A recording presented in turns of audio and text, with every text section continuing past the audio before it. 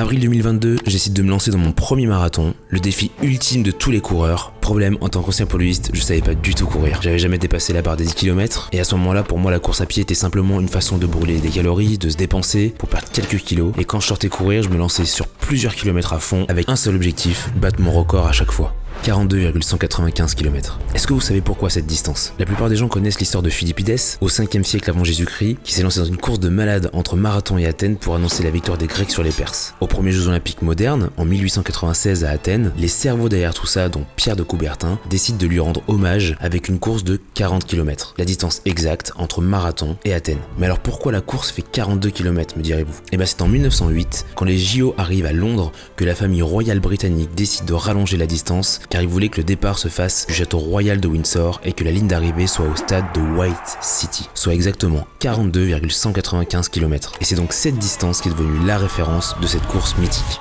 Chacun écrit sa propre histoire, et chacun fait ses propres choix qui détermineront le reste de sa vie. Philippides, lui, a décidé de courir comme un fou il y a des millénaires, ce qui a marqué l'histoire à tout jamais. Et vous savez quoi? C'est là que l'histoire se connecte à la mienne.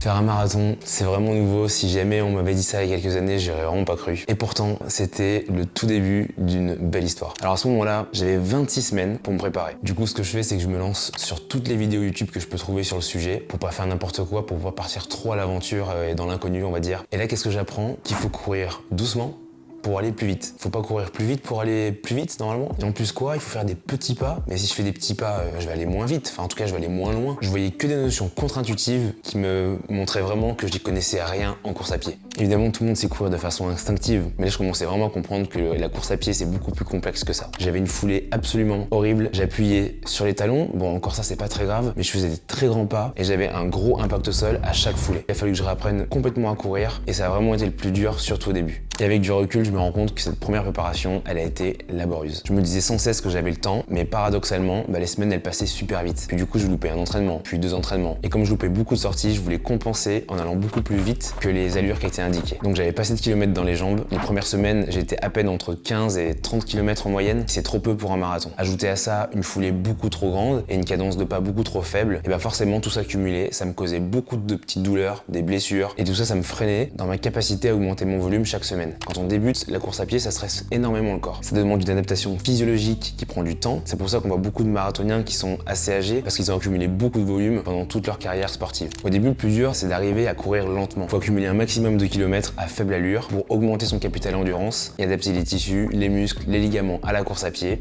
surtout quand on veut courir un marathon. En gros, il faut trouver la limite entre les charges d'entraînement nécessaires pour progresser et la quantité de stress à pas dépasser pour pas se blesser. Mais si on arrive à respecter les fondamentaux, qu'on accepte d'y aller progressivement sur l'augmentation du volume d'entraînement, des intensités et tout ça chaque semaine, on minimise les risques. Pour autant, j'ai pu quand même aller à bout de cette préparation. Sur la fin, j'étais entre 40 et 60 km par semaine, donc ce qui est pas mal par rapport à l'objectif que j'avais en tête. Mais vraiment, ce qui m'a sauvé, c'est que la prépa était très longue. Ça n'a pas empêché qu'à l'approche du jour J, je me disais que j'allais jamais pouvoir courir et tenir 42 km. D'ailleurs, je me disais, mais pourquoi m'infliger ça? Vous savez, le corps, il est jamais vraiment prêt et il n'est pas fait pour courir autant d'un coup. C'est pour ça que la course est mythique. On se dit que c'est impossible, on se dit qu'on sera jamais capable de tenir autant, même après des semaines d'entraînement. Toute la semaine du marathon, j'avais cette boule au ventre. Vous savez, ce stress qui monte petit à petit. Et donc, arrivé à la veille, tout était prêt. Tenue, gel, flasque, dossard. Bon, je vous cache pas que ma hantise, c'était de devoir aller aux toilettes pendant la course. Et si je peux vous donner un conseil là-dessus, c'est d'avoir votre propre ravitaillement. J'avais mes gels, mes boissons sucrées, peu importe la marque, le plus important, c'est de faire plusieurs essais en sortie longue pendant vos entraînements pour pas avoir de mauvaises surprises le jour de la course.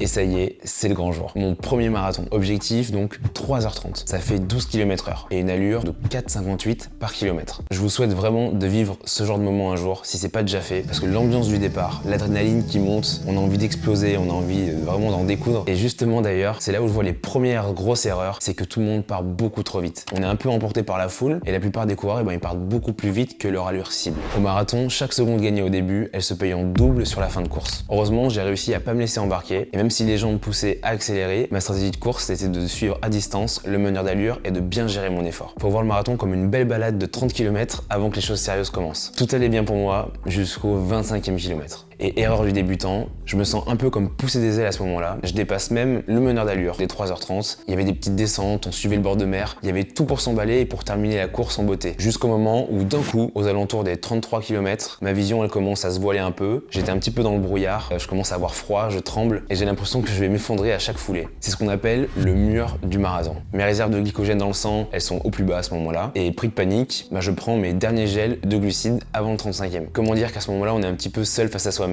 Toutes ces heures d'entraînement, toutes ces soirées, à laisser seule ma femme avec les enfants, tout ça pour en arriver là. Et du coup, j'avais pas le choix. Fallait que je termine. On arrive au dernier ravitaillement. Donc tout ce que je peux, banane, orange, coca, tout ce que je peux qui peut me redonner un peu d'énergie et je repars. Le meneur d'allure, il me rattrape. Il était avec un petit groupe de coureurs, du coup j'ai essayé de m'accrocher à eux comme je pouvais. Et là, il encourage un de ses coureurs qui était avec lui pour l'aider à terminer. Je le prends pour moi. Au moment là, il reste 2 km. Sur la toute fin, je les ai dépassés de nouveau avec un dernier souffle pour terminer en beauté. La ligne d'arrivée, elle était juste là. Ma famille, elle était là pour m'encourager. Mais j'avais comme un casque sur la tête, j'entendais rien. Mon regard était fixé sur la ligne. Au final, je finis en 3h29.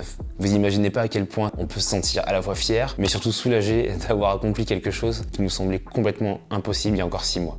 Après la course, ça a été vite le retour à la réalité, un peu comme une gueule de bois de lendemain de soirée, grosse déprime. Objectif atteint, mais et maintenant? D'ailleurs, j'ai vite recommencé à reprendre des mauvaises habitudes, j'ai repris des kilos, ma motivation elle était au plus bas, en plus c'était l'hiver, on est toujours un petit peu moins en forme, il y a les fêtes. Et du coup, ma femme me dit mais pourquoi tu continues pas à courir comme avant? C'est ce que t'aimes, non? Et il m'a fallu un petit peu de temps pour comprendre que oui, elle avait raison en fait. J'aime courir, et aussi fou que ça puisse paraître, je kiffe vraiment. Et je crois que je viens vraiment de me découvrir une passion. Et d'ailleurs, est-ce que vous savez ce que c'est que le flow? C'est un état de bien-être, un état de grâce quand on est concentré sur quelque chose qui nous fait oublier tout le reste. Et ok, j'ai souffert pendant des semaines, j'ai souffert sur les derniers kilomètres de la course, mais je vous assure que tout ça, ça en vaut la peine quand on a juste un petit moment de ce flow, quand on court, qu'on a cette impression de légèreté et on a presque l'impression de voler. Bon, par contre, ce qui est sûr, c'est que c'est beaucoup de contraintes, que ce soit en termes d'organisation, en termes d'investissement. Mais est-ce que ça en vaut vraiment la peine? Bien sûr que oui. Et je venais de comprendre à ce moment-là qu'en fait, c'était que le début de l'histoire. Ma marge de progression, elle est encore énorme et j'ai vraiment envie de continuer sur cette lancée. Alors, début 2023, je me suis inscrit à nouveau, toujours à Nice. Maintenant que je connais le parcours, c'est beaucoup plus rassurant pour moi et je saurais beaucoup mieux gérer mon effort pour performer. Je vois les choses en grand et j'espère arriver à gagner entre 15 et 20 minutes. Ça veut dire un objectif de 3h10 à 3h15. Peut-être que c'est un peu ambitieux, mais je sais que je peux y arriver parce que je sais que je répéterai pas les mêmes erreurs. Première chose cette fois, c'est que je louperai beaucoup moins d'entraînement. Je prends un nouveau plan, toujours sur 26 semaines, payant cette fois-ci, mais de bien meilleure qualité. Surtout, je cours beaucoup mieux. Avec la pratique, j'ai vraiment amélioré ma foulée, j'ai augmenté ma cadence de pas et tout ça, ça fait vraiment la différence. Les études montrent que la cadence de pas optimale, elle est située aux alentours des 180 pas par minute et plus. Et je suis quand même passé de 150-160 pas aux alentours de 175 pas par minute. Pour illustrer un petit peu la cadence de pas, essayez de vous imaginer un carré roulé au sol et visualiser les impacts qu'il pourrait faire à chaque mouvement. Et maintenant, comparez ça à un octogone qui a beaucoup plus de côtés et vous verrez que les impacts ils seront beaucoup plus faibles et ce sera beaucoup plus fluide et beaucoup plus cadencé. Donc le fait d'augmenter sa cadence et réduire sa foulée, c'est comme un octogone. Ça va limiter les impacts, on sera beaucoup plus silencieux, beaucoup plus léger et ça va augmenter notre économie de course, améliorer notre capacité à se projeter vers l'avant et ça va aussi minimiser les risques de blessures. Et comme par magie, j'ai eu aucune blessure pendant cette préparation. J'ai cumulé presque 1400 km en 5 mois, mis à part une ou deux séances, chaque séance était validée. Jusqu'à l'affûtage. L'affûtage, c'est environ 2 semaines de la course. Le principe, c'est de diminuer le volume et l'intensité pour retrouver du jus pour le jour de la course. Sauf que c'était trop beau.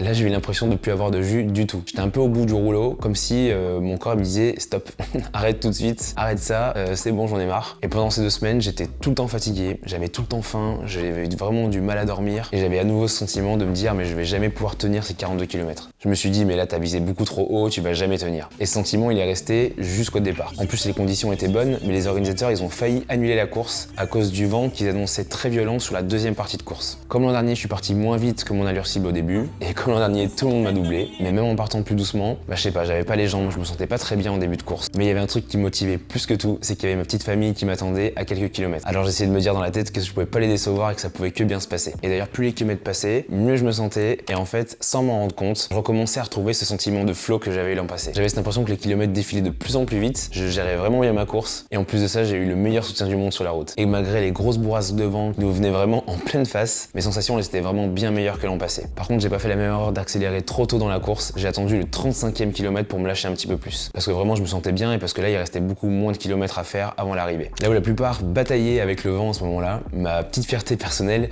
même si ça reste anecdotique, ça a été de gagner presque 300 places sur les 12 derniers kilomètres. D'où l'importance de vraiment pas partir trop vite sur le début de course et de bien respecter son allure. Et résultat, malgré les conditions assez horribles de cette fin de course, j'ai quand même terminé en 3h15. Donc vraiment, je suis hyper satisfait.